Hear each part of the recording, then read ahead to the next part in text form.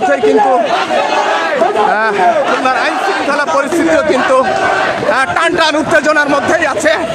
একদিকে বিক্ষোভ আর একদিকে প্রতিরোধ। দর্শক, আমরা সরাসরি কিন্তু সে বিক্ষোভ এবং প্রতিরোধ থেকে আপনাদেরকে দেখানোর চেষ্টা করছি।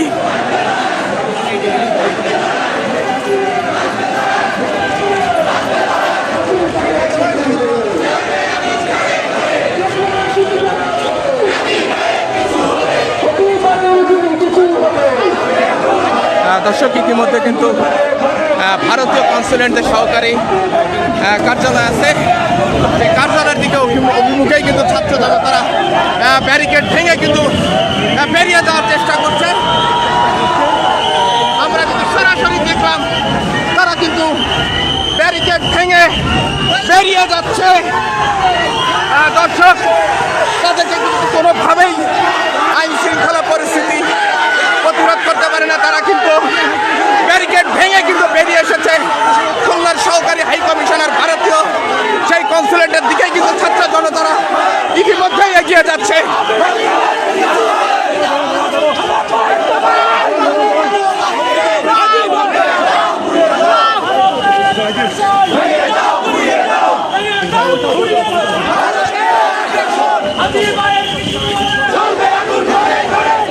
দর্শক, ইতিমধ্যেই কিন্তু ছাত্র জনতারা কিন্তু ব্যারিকেড ভেঙেই কিন্তু কনসুলেটের দিকে এগিয়ে এসেছেন এবং আইন শৃঙ্খলা বাহিনী ইতিমধ্যেই কিন্তু ঘিরে ফেলেছে। ছাত্র জনতা এবং পুলিশ নৌবাহিনীর মুখোমুখি।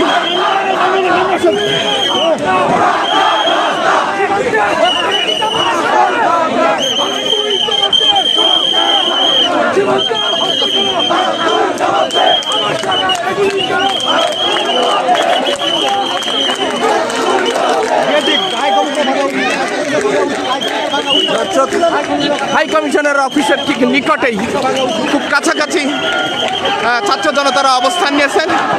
পাশাপাশি আইন শৃঙ্খলা বাহিনী যারা আছেন তারা কিন্তু তাদেরকে প্রতিরোধ করার চেষ্টা করছে। তারা কিন্তু কিছুক্ষণ আগেই কিন্তু সেই প্রতিরোধের একটি দেয়াল ভেঙে সামনের দিকে চলে এসেছে এবং পরবর্তীতে আইন শৃঙ্খলা বাহিনী, বাংলাদেশ নৌবাহিনী, পুলিশ, খুলনা মেট্রোপলিটনের যারা আছেন তারা কিন্তু ইতিমধ্যেই ছাত্রদের কথা বলার চেষ্টা করছে। পাশাপাশি ছাত্ররা কিন্তু স্লোগান দিয়েই তারা সামনের দিকে এগিয়ে যাবে, এমনটাই আমরা কিন্তু দেখতে পাচ্ছি।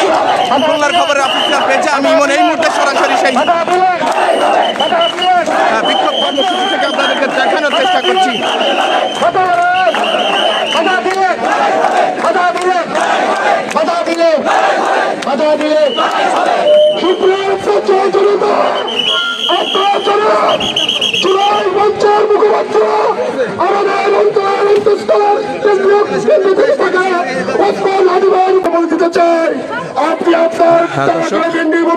হাই কমিশনার অফিসের খুব নিকটবর্তী স্থানে কিন্তু দাঁড়িয়ে ছাত্র জনতারা কিন্তু বক্তব্য দিচ্ছেন এবং বাহিনী তাদেরকে ঘিরে রেখেছে।